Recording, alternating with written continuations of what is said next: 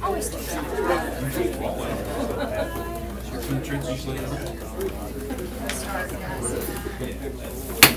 6 o'clock, I'm going to call the October board meeting to order. Everyone's present. Have y'all had a chance to look at the September minutes?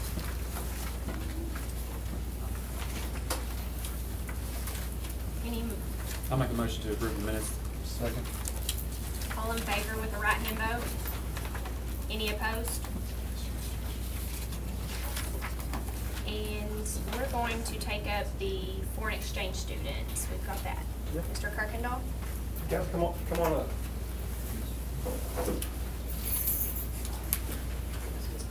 So actually, just is it okay if their backs kind of to you a little No, bit? yeah, I would rather have them see. So they can everybody see them.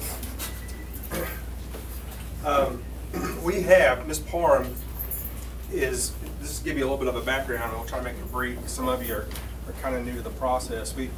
We about 7 years ago really expanded our traditional exchange student program, which we're known as J1 students, and expanded that into an F1 program, which was something that we had to get approval from the Department of Homeland Security. So and doing that, here comes more. Come on. We had. So anyway, it has grown and grown. I think last year was the highest number. We had 23 exchange students from 12 different countries. This year we're at 17. And so where did Miss Parham go? So Miss Parham, she became part of this process 4 or 5 years ago. Mm-hmm. I don't remember exactly all the steps we went through, but she has been unbelievable.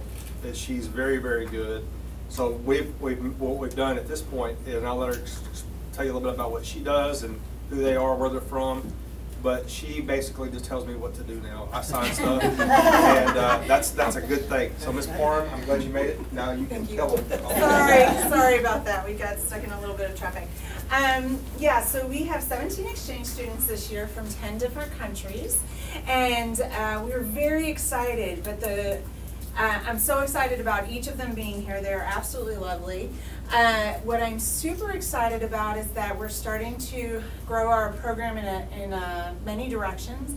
But one of the directions that we have is we have the ability to bring a student in as a J1 student and then have them cross over to the F1 visa status. So these are different visa statuses. So we have 2 of our students who have been able to join us for 2 years. And we're very thrilled about that. That's quite an accomplishment for us. So I'm going to introduce them first, and then I'm going to let all the students introduce themselves. But our 2 students, you girls want to go first? Yeah. And introduce yourselves? Go ahead. Okay, my name is Fira, and I'm from Azerbaijan. And I'm here second year in Alma because I really like Alma, and I'm so happy to be here. Yeah. Go ahead. So I'm Leonie. I'm from Germany, and that's also my second year. And Leonie will be graduating with us this year. So that's very exciting. And then I'm just going to have them go down the row and just tell where they're from, okay? And your name, where you're from. My name is Alvaro, but everyone calls me Al, and I'm from Spain. Yes. Hi, my name is Nguyen Thanh Thong, but everyone calls me Stella, and I'm from Vietnam. My name is Viola, and I'm from Italy. Hi, my name is Kum, and I'm from France. Oh, sorry. I was thinking about her. Okay, so hi, my name is Ngọc, and people call me Elisa, and I'm from Vietnam too. Hi, I'm Pan Pan. I'm from Thailand. Nice to meet you.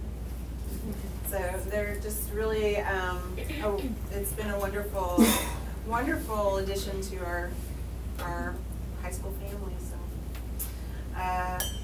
do we have any anything that we? Yeah, just a couple more things I just want to bring up and then let's move on. Okay. One of the things that I want you to tell the story in a second after I tell them about the picture. I want to say it was in Thailand this summer where the kids met. Yes. This is pretty cool.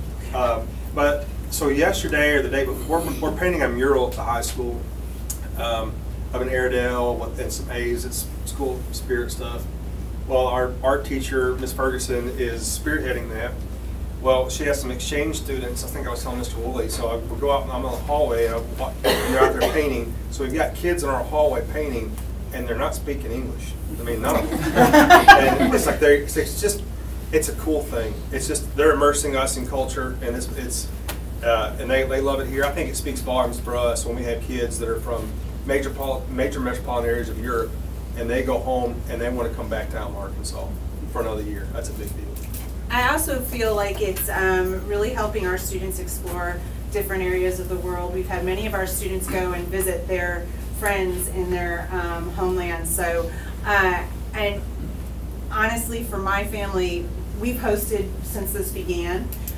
We enjoy the process. We enjoy having the kids. Fira is ours and came back to us this year, and the second year is just twice as rewarding as the first. I mean, it's just wonderful. So, but for my personal family, my daughter, who's an Alma graduate, graduated from Alma and took a gap year in Germany and learned German and is now fluent in German. So, absolutely loved that. And I know I'm the French teacher, I get that, but my children didn't have that passion until they had this influence, and she made so many friends that she was actually going to Germany and she was just going to visit with friends, and that turned into, no, I'm going to study abroad, and so she did her senior year in Germany as well. So she graduated from here and then did a senior year in Germany. But I will tell you about Max. Max was a student of ours 2 years ago, and he is from Thailand, studying to be a doctor, and came to perfect his English, and he met two of our Chinese students who were studying at the same time. They were traveling through Bangkok, and Bangkok, and they texted Max and said, hey, we're here. And Max said, I'm studying college here. And so they met. And another friend, Max said, May, another friend of his that's studying at a different university in Bangkok, she's here too. And so they all met at the park, and they all had on their Alma t-shirts. And they were all talking, because they met here in Alma, and they were talking about how this experience had changed their lives forever. And so I think that we're really, truly doing great things for these kids. I think we're doing amazing things, giving them amazing opportunities. And for our community, I think we're providing an aspect that they may not have otherwise been exposed to. So I'm very proud of this program, very excited for it, and very thankful that I'm allowed to be a part of it.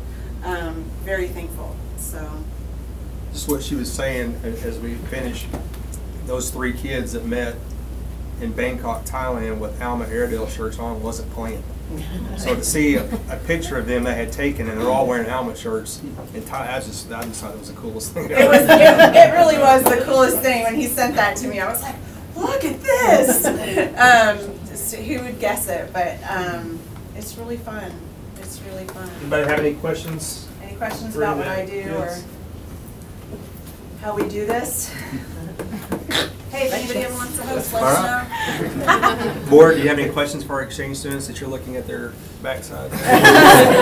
Y'all turn around. Turn around. It's the other way. So, Thank you guys. Thank you very much. he wants one picture.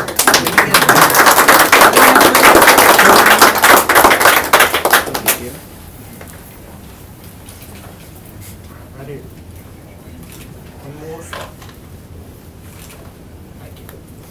Thank you guys. Excellent. Thank you all. You guys all.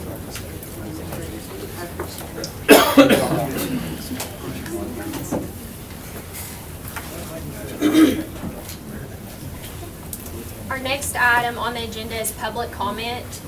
I pulled our policies for public comment, and we do this before our public comment, kind of read what the requirements are and kind of some of the prohibitions. So we're actually one of the few boards around that still do a public comment. It is a public comment, so it's not going to be a discussion time, but you're going to have up to 5 minutes to discuss the listed topic you've done. Due to federal and state privacy laws, you can, when you're addressing the board, do not specifically discuss any staff member or student by name, and we'll kind of take any comments under advisement, and that's going to give us a time that we can discuss after this or meet with any of the administration that we think your topic involves. So let's start with Mr. Schilt, Corey Schilt. All right, so you're referring specifically to me or in general? As I mentioned, it's a public comment and discussion, so let me start your time and it'll be your chance to go. All right, thank you, young lady. Mr. Ware, Mr. Brewster. Several years back, I had a repeated deal with bullying in the school system as far as on the buses and whatnot with my oldest daughter. I thought it was resolved the third year, but then I find out about another student in the recent past here who it didn't end so well for. Now with that, my children are like most children. They get in trouble because they're young, but they also are taught in a Christian manner. I'm not saying I'm a saint. I don't walk on water. I didn't kill me, but that's the point of what I'm getting to. Now every time I address the superintendent and I try to get facts as far as freedom of information and everything else, I seem to continuously be hindered when it comes to that. I keep hearing from your school officials how important the safety and the education of my children are, but amazingly, the first 2 years, my 5- and 6-year-old child were kicked out of school in Alma. My wife came here. She decided that you all had the best curriculum and everything that there is. I'm from Pennsylvania. Like I said, I'm not a saint, never claimed to be. As far as Crawford County knows, they got a bunch of people like that. But with that, injuries repeatedly to my children, continued misbehavior by other children. I can't even address law enforcement because they like to be selective. And I'm about tired of being harassed because I'm trying to do the right thing and raise children in a godly manner as best I can. And it's the biggest part of it, to humankind, to be human, to be respectful. Because here's the thing, none of you realize, my family does. And they admonished it. How do you say that? They're adamant about the fact that I would give my life for every freaking person in this room because that's the way I was raised. But every time I try to address something, it doesn't get addressed that way. It gets thrown back in my face, such as human resource officers standing in a room on a continued deal that has to do with the education of my child. Police officer has no business in those confrontations, or not even confrontations, it's supposed to be dialect. Supposed to be discussion, but whenever your staff members violate the law, I'm the one that gets, how do you say, I'm not real good with words, but I'm trying to get better. I'm the one that gets retaliated against. Freedom of speech doesn't mean nothing apparently in Alma as far as I'm concerned, because that's what I've seen the last 4 years. Even this year, my daughter Taylor got in trouble one time on the bus. Your policy dictates that high schoolers sit with high schoolers, middle schoolers with middle schoolers down the line. Since the beginning of the year, she's sitting in the front of the bus in the intermediate, and the bus driver continuously makes accusations, but every time I go to get those FOIA, as far as those videos, I can't see them. Mysteriously, they get loopholed. Mysteriously, oh, it wasn't turned on. But I'm about tired of it. Not about, actually, I'm thoroughly tired of it. I came here because you're supposed to be one of the best damn school districts in the state. And all I've seen is frickin' ignorance since I've been here. That's about all I have to say. My next will be legal actions. Everybody seems to think I keep talking crap on that one.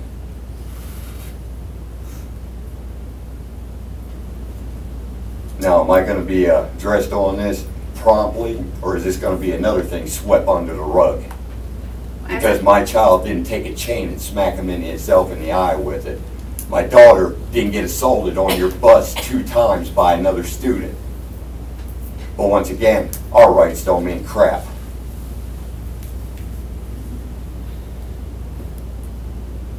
I'm going to stop your time. Are you done with your public comment? Yes. Thank you.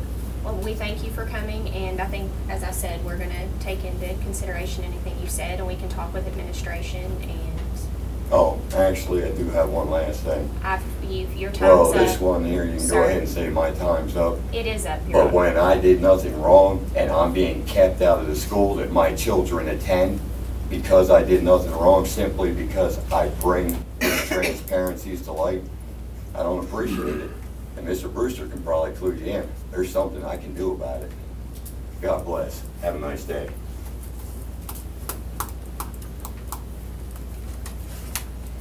And Scott Wilson.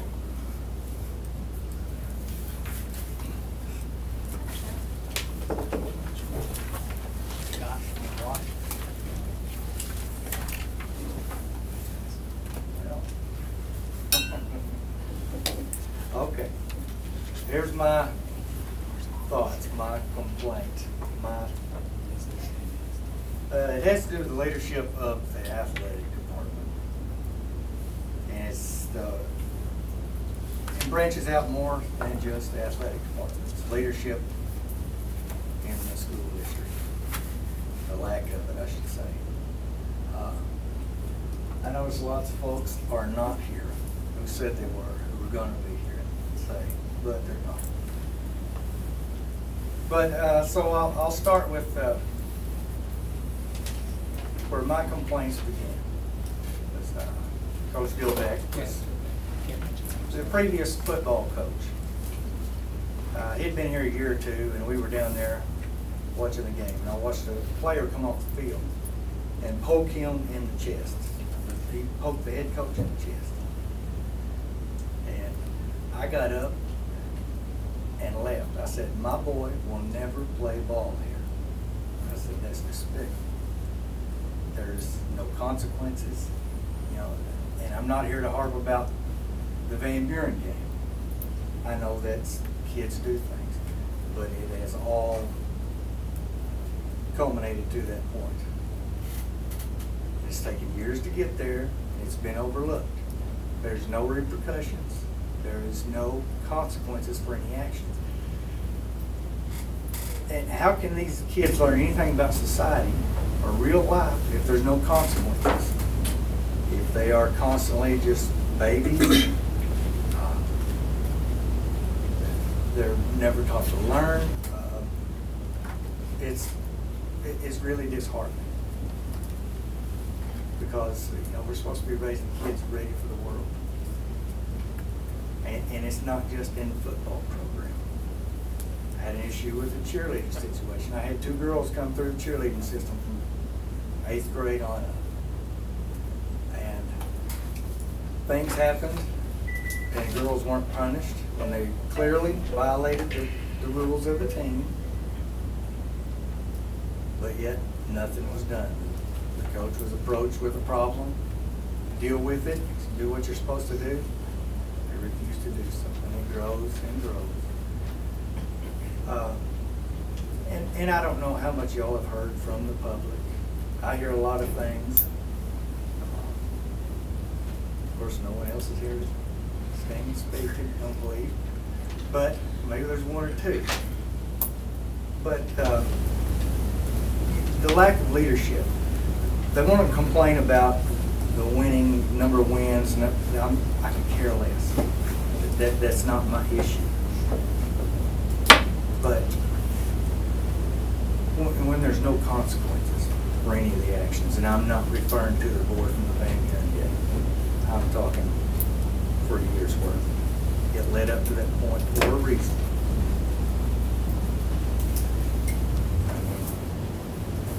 Y'all are the leadership of this school district. Y'all were elected to do a job.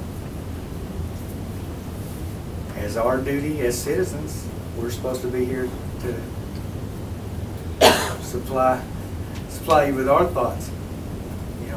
If we don't like what you're doing, we need to stand up and speak. And we're not just going to go along anymore.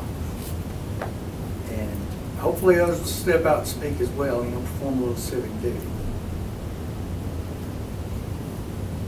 But I challenge y'all as a school board who wanted things to be different.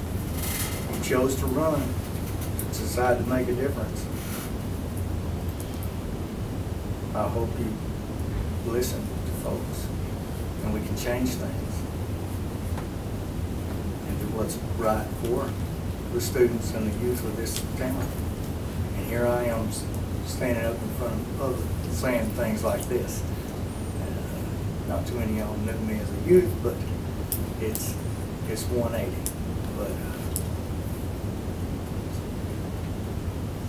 But I hope you take heed, and I hope others will speak as well.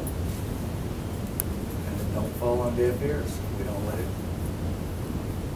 die right here. I guess that's what I have to say. Thank you, and thank you for coming. I apologized to him before the meeting. Mr. Wilson came to our last meeting that we had moved up an hour for an event for me, and so I did want to even publicly apologize. We had put it out there, but it was only about a week in advance, and so I hate that he came and did that, and that was on me. So we have one other public comment, and that is Jill Waters. I'm here, Vince. So I'm going to lighten things up a little bit, I hope, here. I just want to talk about our athletic program as a whole here and just kind of some ideas I have, and I've seen some new things, heard some new things, but just want to kind of share some ideas. And I did get up this morning and work on a little PowerPoint presentation, but I didn't bring it because that seemed like overkill. So I think one of the things we've got to do around here, and I don't disagree that discipline and those things are obviously very important.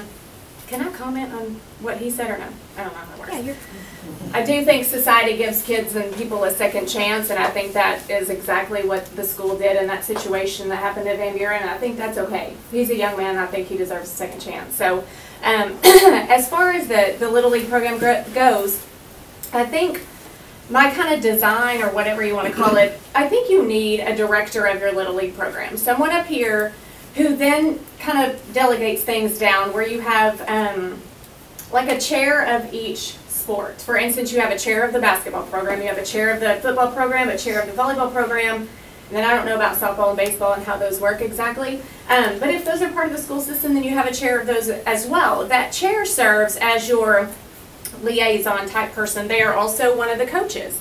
That chairperson identifies your coaches. For instance, Dustin and myself and Vince, and who, you know, the folks in those particular sports that want to coach and have a vested interest in coaching, whose children play the sports, whose children go to school here.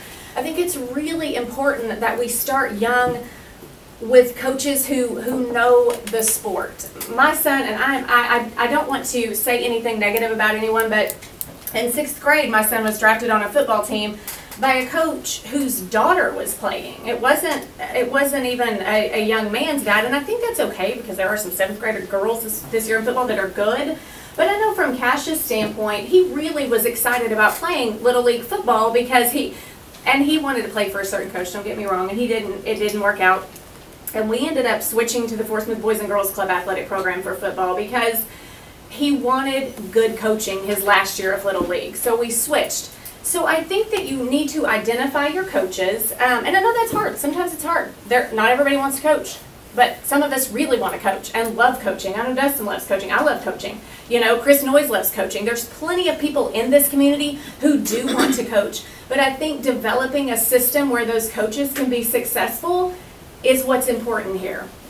And I know my daughter has played at the girls club in Fort Smith the last couple of years, and the reason for that, a couple of reasons, but mostly because it's sort of organized football playing Little League basketball in Alma. It's just kind of wild and chaos in 1st, 2nd, 3rd, 4th, and so I took her over there to play, you know, and it's been pretty good. But I like the organization, and I like that they actually kind of ask you about coaching and what you know and those sorts of things. So you have your chairs, they find the coaches. I think the other important thing here to do so that students and kids are not left out is to have a draft. I think you go and you have a draft. Let's say in 4th grade girls, there's 35 girls that want to play basketball. Tell me if my time's running short, Carrie, I'm wrapping up. You have a draft, and you bring your director, your chairperson, and your coaches, and they draft the players. You take then your top couple, maybe you take 16 kids in basketball, 2 teams of 8, and your top 2 teams go and play in a more advanced league, like the AAO league in Fayetteville, which is where I took a group of 6th grade boys last year, and I'll be real honest with you, we played around here, never had a challenge. We played up there and got our butts handed to us. I mean, we just did. We ended up even on the season, but we certainly got beat up there because all of the experience these children had was in Alma Little League, frankly, playing against each other.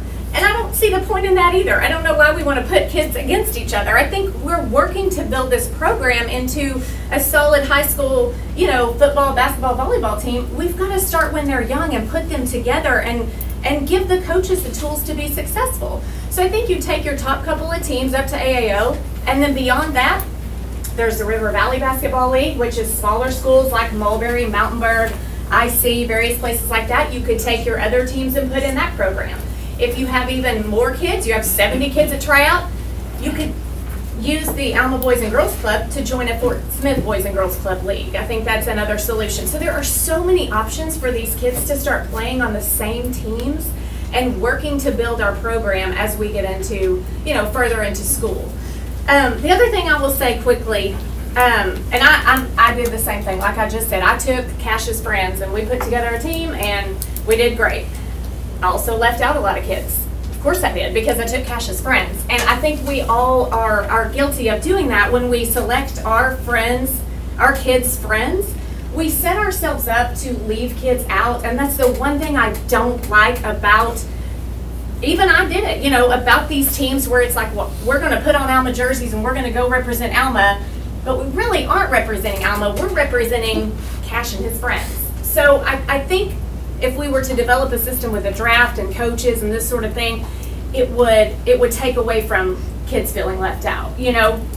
I picked up 3 kids last year because Cash had new friends, but I didn't pick up everyone. I didn't ask everyone, because I'm human and I want my son's friends on the team. So I think the draft system might be a good way to, put this all together, and I know I probably talked too long, but anyway, I think we've got to start young and we've got to develop a process and a program. So I just wanted to say all that. All right, thank you. And I don't know if you can stay. We've added to the agenda, Mr. Biggs is going to be covering, which I know you may have to go, but I think some of the things you mentioned, you may be pretty excited to hear. I know it's been very worked on, and I'll say you're the first person who ever came to me, I think, a week of getting on school board about Little League and prompted some of these football changes. So if you can stay, but if not, we'll do that. So did I miss any public comments? I don't think I did. So that would go to principals' reports, and let's start with Ms. Harris. The primary school had our first character assembly a couple of weeks ago. Our school-wide theme is fairy tales and nursery rhymes, so every month we have certain classes that do a program for parents. They do one for the whole school, and then they do a second program for parents, and so we had that a couple of weeks ago. We also had our fall festival this week, and PTO did a tremendous job with that, and we had a great turnout. And I was really excited that we had good weather for that, because I think that's one reason why we had so many people that came out and participated in that. One of the most exciting things that we do at the primary school is our own Alma Primary School Homecoming Parade. We do it on Friday of homecoming, and each class makes a wagon float, and the high school court comes over, as well as Mr. Treese brings Jack, our Airedale mascot, and we line kids all over the halls. We have a parade route, and they pull their wagons, but each class has 2 to 3 high school kids that are there with them as they're going through the parade. And it's just the coolest thing to watch the homecoming queen go by and high-five the kids that are in the hall. So I'm hoping that we can continue that at graduation and have our seniors come through in some type of same setup where our little ones can see what it means to graduate from high school. We are also gearing up for parent-teacher conferences, of course, and teachers are working on getting those scheduled, and I'm really excited about the way we're doing that. a flu clinic on Monday, and then we also, our RTI program is full swing. Our kindergarten teachers wanted to keep, for our small group intervention at the beginning of the day, our kindergarten teachers wanted to keep their own students for 9 weeks, so we're about to the end of that, and we're going to look at some data from their report cards and kind of regroup according to skill need, and then kindergarten teachers will be doing what first and second grade teachers are doing right now, and that is that they are grouping children according to the need that they have, as far as we're working on letter naming and letter sounds, lots of phonemic awareness, rhyming, and so they are also, our second grade teachers are moving from using the Haggerty program to Kilpatrick, which is a little bit more intense and a higher level of skill for them. So they do not have necessarily their own students for RTI.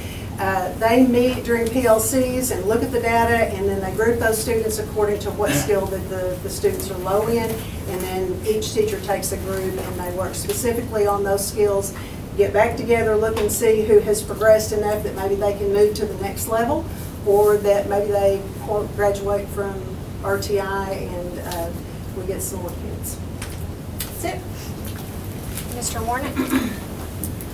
I'm going to start out with acronyms too. Our PLCs, also known as Professional Learning Communities, and that's really the teachers working together. They're making some adjustments and planning for our second round of RTI. RTI is response to intervention, but we've renamed it for the kids' sake and our sake. We call it win time, what I need. So kids are getting what they need during that win time. And it's a real great opportunity. We've had a lot of great feedback from kids and teachers, but they said we feel a little bit like rock stars, because now we've got a whole unique group of kids, and we're delivering the instruction that they're actually at that point of struggling with, so they feel real successful because they're able to fill some gaps that they may have had otherwise. So it's been good for us to get into that heavily. We're doing interim testing this week and half of next week, and I really want to sing Amy Brewer and Brandy Brogan and the tech department's praises, because they're helping us get this done. It's going pretty well, real well. This gives us the kids practice on the ACT Aspire type format, and it also will supply us with some data about how the kids are doing at different times during the school year. We're really focusing this month, October, on, it's typically Red Ribbon Month. We don't really push the red ribbon so much, but making healthy choices, a lot of focus on student safety, a lot of talk about kindness, where the kids are building kindness chains in the hallways and in the classrooms. I had kids come by and do a kind act for me, and I knew it was kind of planned, but it was still nice, and so it's good for kids to be able to practice that, and it's great to see that happening. Let's see, Officer Kimmons, speaking of safety, online safety with 5th graders. Spent a week doing that. OG&E came in, did a safety program on electrical safety. It's really good. And then the DECA students from the high school in March will do fire safety for our 3rd graders. We always look forward to that. They're so well organized. There's one more thing I want to mention. Yeah, Brian Newton, one of our parents, he heard that Miss Matheny was wishing she had a typewriter so the kids could see it. And we thought just any typewriter would do. Well, he found a 1936 Underwood, and so brought it by the other day, and it's sitting in our computer lab. The kids are getting a kick out of that. They particularly enjoyed watching me try to type on it. When I was a kid, I used to always jump at the chance to do the manual typewriter because I thought it would help my drumming, so it was good exercise. And I have lost a little of that manual typewriting skill with all the computers. But we're looking for 1970s electronic typewriter. We'd like for them to see a little bit of the sequence, so if anybody's got one of those laying around, let me know. And we'd love to find a 1980s computer, Commodore, something, even an Apple II or something. We're going to set some of these things out in our computer lab and let the kids kind of see where we've come from and hopefully where we're going. And I think a rotary phone is going to be added.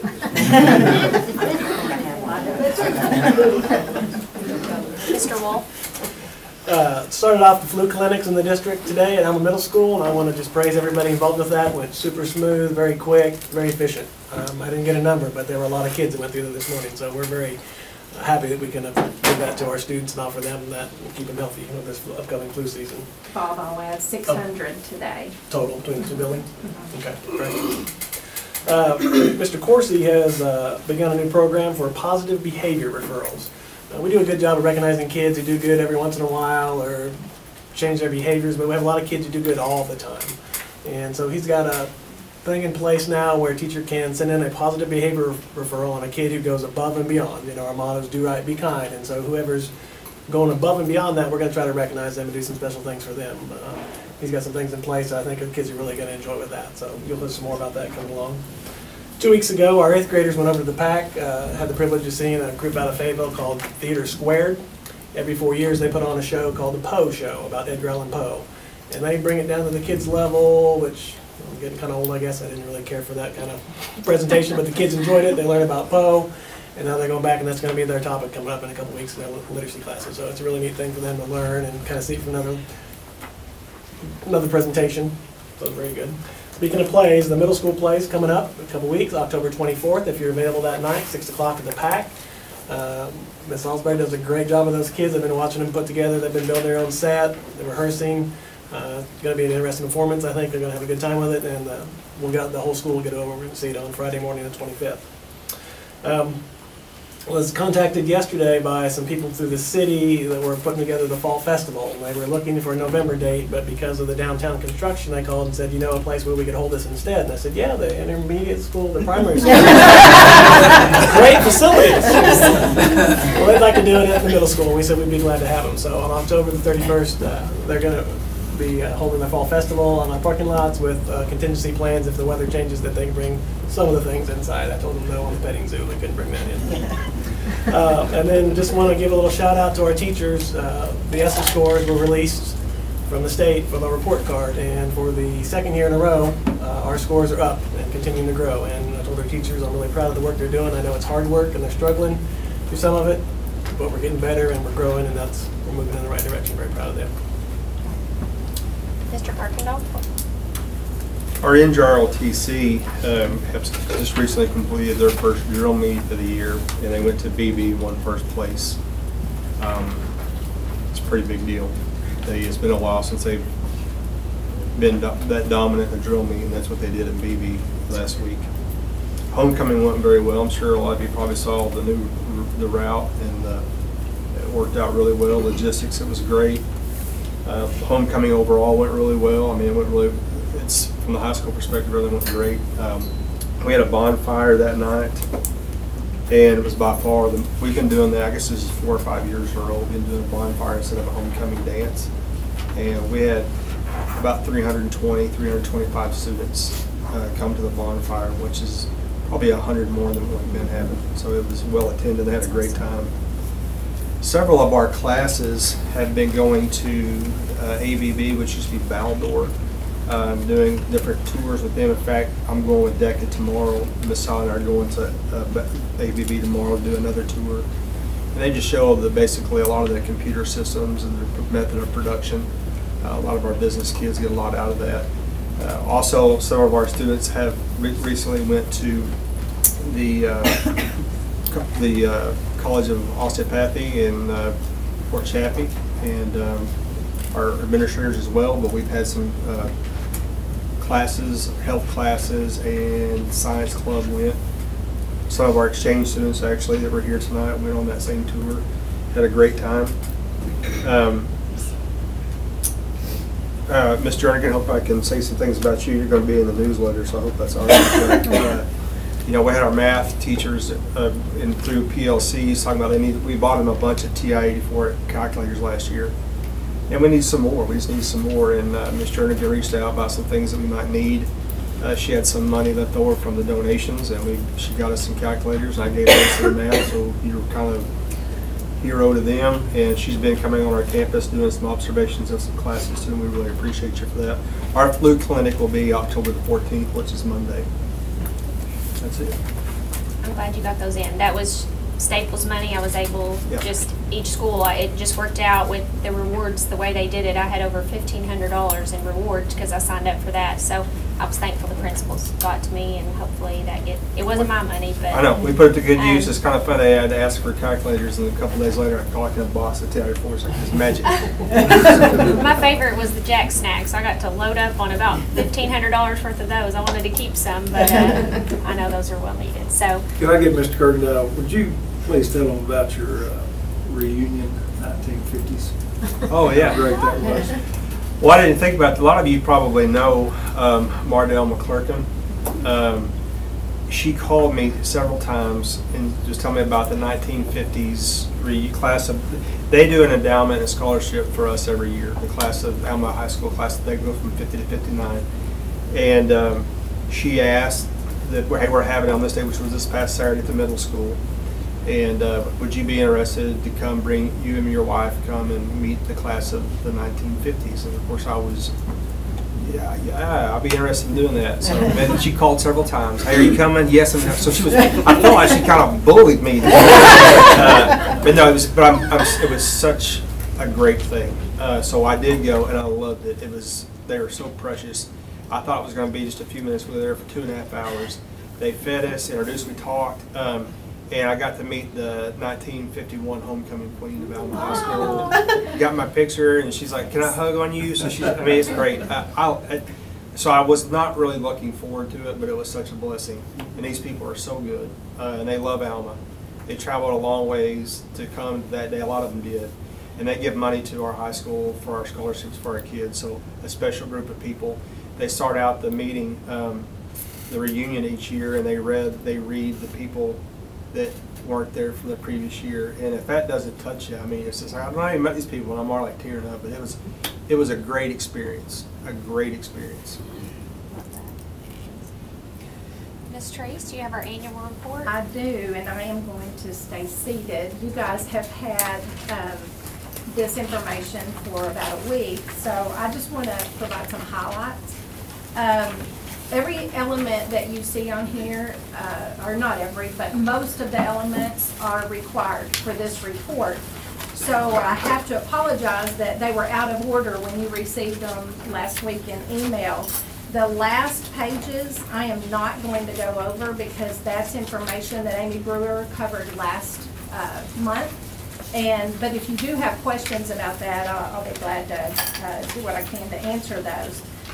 So back to the first 2 pages. The first highlight I'd like to mention is our advanced placement.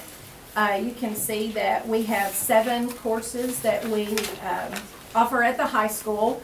One that's new this year is psychology, so we're excited to be able to offer that. We still also offer our general ed psychology. There are 21 pre-AP courses available from 6th through 11th grade, and those are detailed here with the grade level in which they are provided. I will give you a heads up, that's changing. It's going to be different. We're not exactly sure what it's going to look like, but College Board, who owns the advanced placement trademark, has decided to change the way they roll out their courses. And so I don't know what this report's going to look like in reference to pre-AP next school year. That's yet to come. The best data is below in that same left column. We had 123 students take 199 exams, and you can see our percentages of success for those students, which we measure at a 3, 4, or 5 because that equates to college credit. So that's the desirable scores that's most meaningful to those students who put out the effort.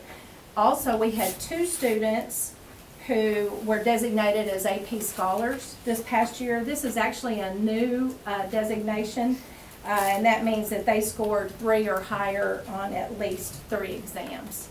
Over to the right, you see our enrollment charts, which aren't real different than what you've been provided last month in our school board meeting, although this also includes school choice. So you can see that 13.2% of our population does not live in the Alma School District.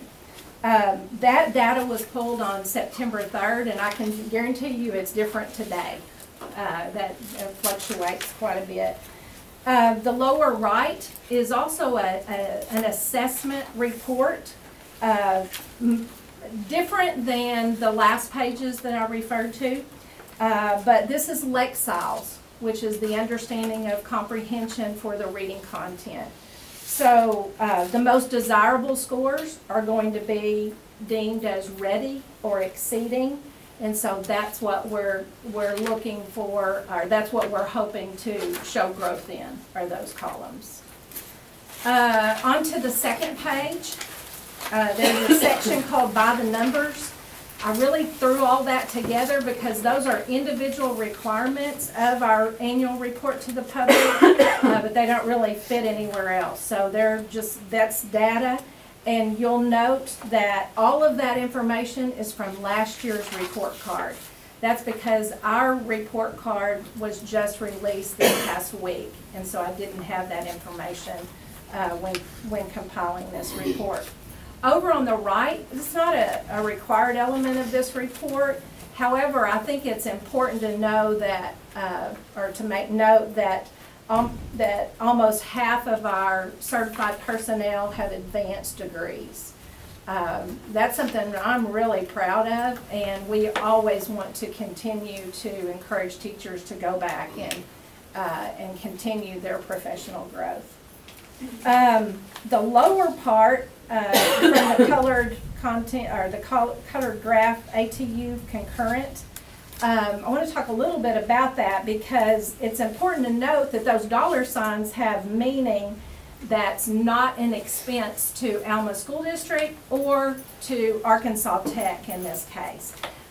This is the money that Mr. Woolley has described, how we exchange checks with Tech to provide the services for concurrent credit.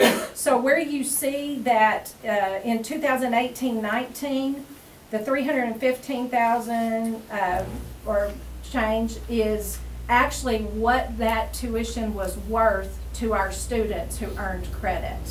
But there is no cost, so to speak, to us or to Arkansas Tech.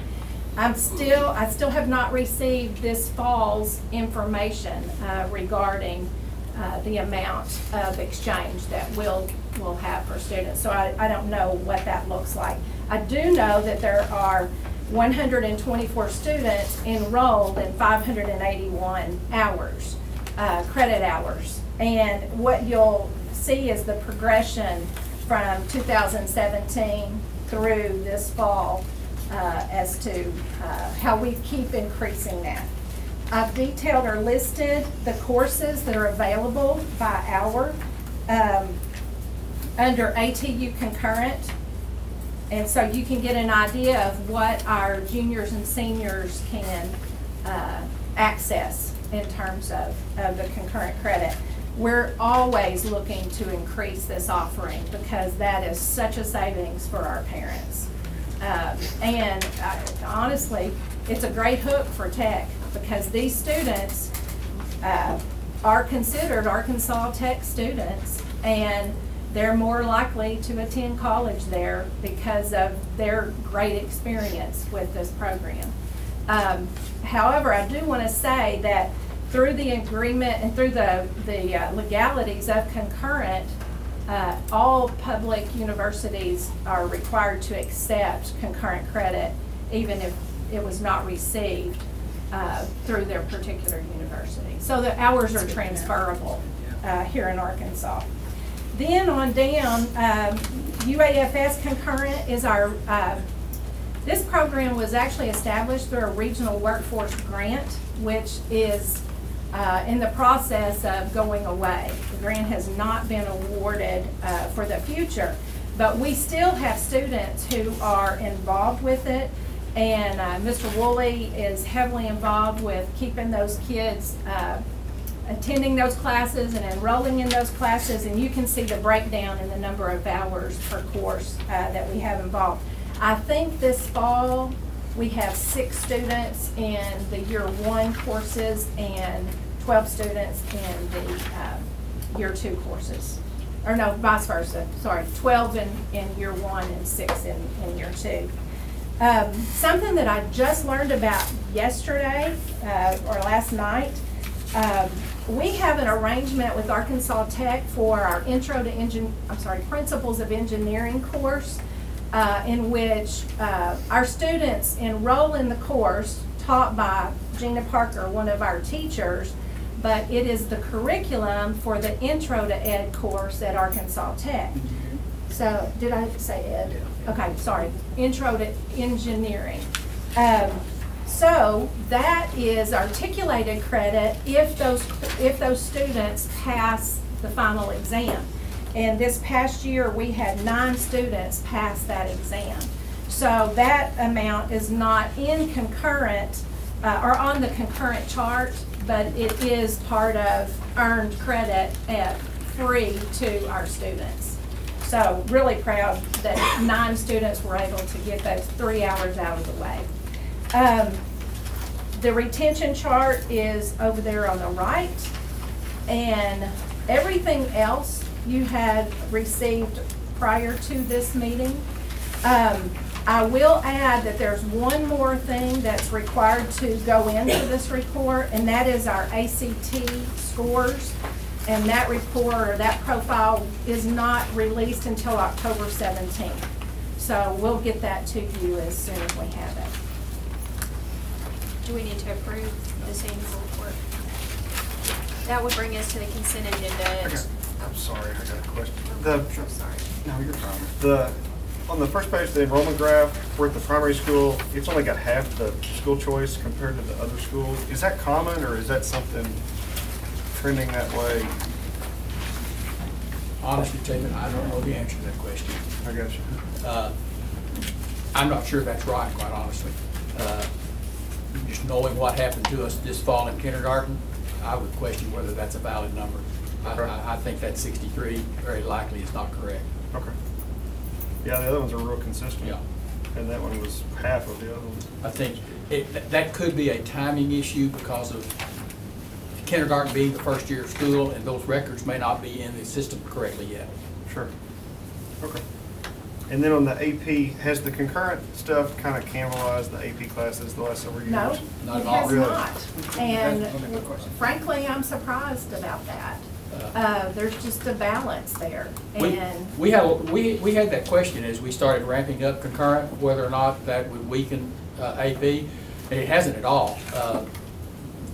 They coexist really well. I think the takeaway from that is we have more students taking more challenging courses. If I can add on that a little bit, my past, a lot of concurrent students, they have to go to an Arkansas-based school more or less in college. You got a lot of kids that go to Tulsa or SMU or something like that, so concurrent don't always follow. So sometimes that benefits to AP. Students that are pretty sure they're going out of state, they're much more likely to take AP courses because the concurrent credit gets a little iffy as to whether they're going to be able to take that with them. Another, I guess, layer to that is to enroll in concurrent, you have to have a 19 in certain areas on your ACT. With AP, you just enroll. Okay. Oh, thank you. Any other questions or discussion about the annual report? I'm sorry, let's move right along. The consent agenda, does anybody have a request to, we've only got one item in there, any request to move the financial report out of the consent agenda? Is there a motion to approve the consent agenda? I'll make the motion. I'll second that.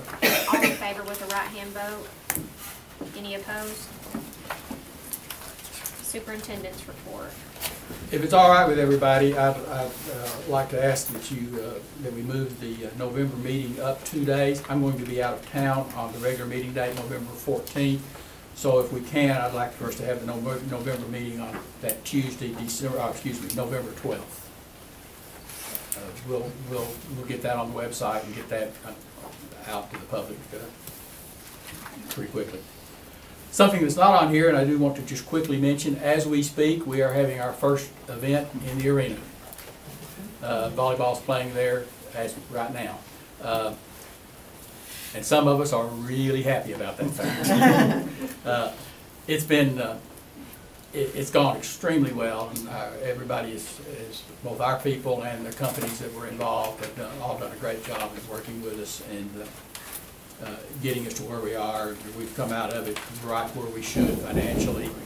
We're not out any money at all on it. It's all been covered by the insurance company, and we're back at least as good as we were, and maybe a little bit better in some ways. This was mentioned a few minutes ago. I've asked Travis to update the board on a couple of items. First, the safety and security that we talk about fairly often, fairly regularly, and something that's both with you as a board member, but we talk about it way more often than that ourselves, about things we're doing, things we want to do, things we need to work on. So I've asked him to kind of summarize where we are, what we've done new recently, and what some of the things are that we've got in the immediate future. How to start this? You know, two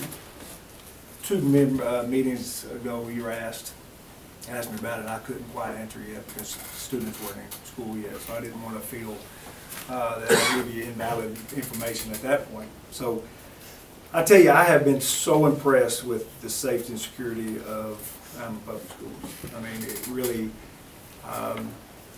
it is as far, that's not a correct word, it is very much comparable to any school that I've been in the past. School districts that might have a little bit more money to install certain things, we are there. Certain things that we have done since school started. All the SROs now have TVs. They're getting installed into their offices that you see when you go to the front office of any of the main buildings. They got the big 55, 60-inch TV, and you see security cameras going all the time. So we're in the process of installing them in the SRO offices so they can see them on an everyday basis, every minute basis. And to say we have, and the principals helped me with this, we have 30 cameras at the primary school, 23 at the intermediate school, 25 at the middle school, and 62 at the high school currently. I have asked each principal to give us some wish lists, some needs, some wish lists on where they need cameras at. And they have done that, and we have looked into some of the companies to come out and look at what might be real easy to do now and what we can do in the future. So the future security cameras is going to increase. We're going to increase a lot if we can in certain areas. Each office runs every day, and then again in the SRO's office it'll run constantly too, so that's great. A small thing that we have done, we just purchased vests, and this goes with safety and security for primary and intermediate school mostly, and the middle school. We're getting vests for teachers that are on duty. A lot of times you got a 5'2" teacher out there, and if somebody sees something, you can't find the teacher that's on duty. So we're getting them just some security vests, some bright green that they can wear out there. So if any student has an issue, they know where the teacher's at. You know, so that's a visible thing. That's a very simple $10 vest. You know, so that's something that's simple, and we're doing that. I actually just got them there in my truck, so I'll give them to the principals tonight. Another thing we're proud of is we ordered approximately 130 signs across the district: no parking, security officer on duty, armed officer on duty, no smoking, no this, no that. So we're updating all of our signs across the district, or most of them across the district, tornado shelter, all that type of stuff too. I've been very impressed every time I go out that the duty teachers are everywhere. You can't say that in every school district. You know, duty teachers are where they're supposed to be, when they're supposed to be, and not on their phones.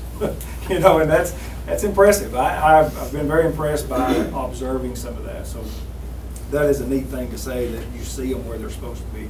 And with these vests, I hope you see them even better. Secure buildings, each one must ring at the front front door, you must ring, and then a camera comes up. Secretaries in the front office will talk to you and say, what do you need, how do you need it, and let you in if you're needed to be in. We also have placed the security at the front entrance of the administration building and the back. The front is a buzzed entry as well. So we're looking across the district and very happy where we are, but we just need to just keep paying attention. Speaking of one more safety and security, we're on weather delay right now over at the junior high football game because of lightning. You can hear it rain. It's making me think cancel it now. So that's another safety. We always on lightning control. You got 8 miles outside, then we cancel a game or delay a game. So that's just another part that we do on a daily basis.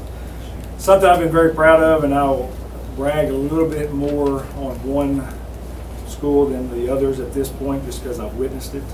The intermediate school and their drills. I think they go above and beyond on their drills, and a lot of y'all have seen them, I think. Practice busting out some screens on how to get out of the windows and how to do this. And I'm going to get on to a principle about $7 screen. Keep getting busted out. But the point is they're going above and beyond to make sure the students and faculty know how to get out. So we're where we need to be. We're not quite where we need to be, but we sure are. Our students are safe. I'd be very happy if I had a student to be in any of these schools, because we are safe. And we got 4 SROs. One SRO at the middle school resigned about 3 weeks ago, maybe. And she went to town south of here as a detective. But we got, say his name? Officer McKeon. Officer McKeon. He is a young, very energetic, perfect fit for the intermediate or the middle school. Very, very lucky that we got him. So I think that he's going to be a perfect fit. I brag, and I want to say it in here publicly, that, and I'm going to get all these names eventually, but Officer Mahan at the primary school, I love watching him. The little 5th grade or 5-year-olds come up, they see him as grandpa or dad or whatever, and by golly, they know that he's there for them. And that's impressive. I mean, it really is. That's impressive to see stuff like that. I've been very proud of what I have witnessed that Alma has in place. So it's safety and security is where we're going in the right direction. We're ahead of the game, though, I promise you that. So very, very excited about that. Anybody have any questions about any of that? I have one, and we've talked about it a few times. What are your thoughts, these door jams? We talked about them before, and they just, in my mind, seem like such a simple, cost-effective way. We always say sometimes safety is a state of mind. And we have discussed it, and we've not decided not to do it. We've kind of taken the approach, of course, all of our classroom doors are lockable. They all lock, and they all are locked all the time. And then what teachers drill is getting their class out of sight so that you walk by the room, look in the window of the door. You can't see anybody in there. That kind of accomplishes the same purpose. As I said, we haven't ruled that out. There's a number of different models, types, whatever term you want to use, of how to do that. Some make more sense than others. Some seem very cumbersome. And, one of the things you have to be a little careful of, and some of them will be terrible at this, easy to lock yourself in. That if just the way they're mounted, the way they work, once you have it in place, it looks to me like it'd be easy for it to jam and you couldn't get the door open from the inside. So we're looking at that. Is that something, could we, by next meeting, at least have a few, different options and a cost, just so we would know? We've talked about it at, a few other meetings, and I'm just kind of, if we could put pen to paper and see how much it would cost, talk to the administration of each building, because with those windows on all those doors, if we had something like that, they couldn't get in, but with the windows, it would be a simple break. We'll have you some information. Russellville School District High School installed them in their new wings, and I know their principal very well, and he says that they worked, but the side that is bad is if a teacher leaves the room and the kid could go put it in the slot, and then now we have 25 kids in a room without supervision. And that's the worry that they have right now. And I mean, And that's what go we've both talked ways. about. So Yeah. maybe if we just have a cost We'll get some and information. look at it and stuff. And I had to say something about the middle school, or the intermediate school, and Officer Kimmons.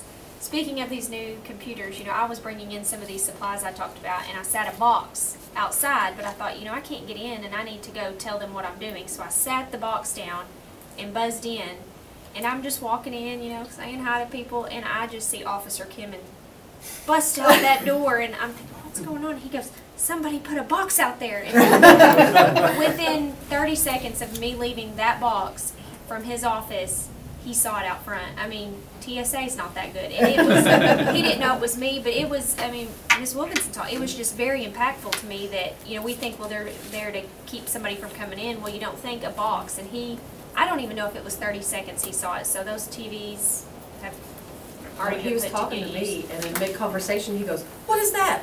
And he took off. I don't know where he went. I mean, he's handing it, I'm going, it's just a box that's pencils. So, all right. So let's go on to your next time. We spent a lot of time this fall, going back into the summer, and it was mentioned earlier this evening, thinking about looking at our youth sports programs. Where do they need to go going forward? What do they need to look like? What changes maybe we should consider making? And there's been a lot of things already happen. A lot of things are in the planning stage for upcoming sports.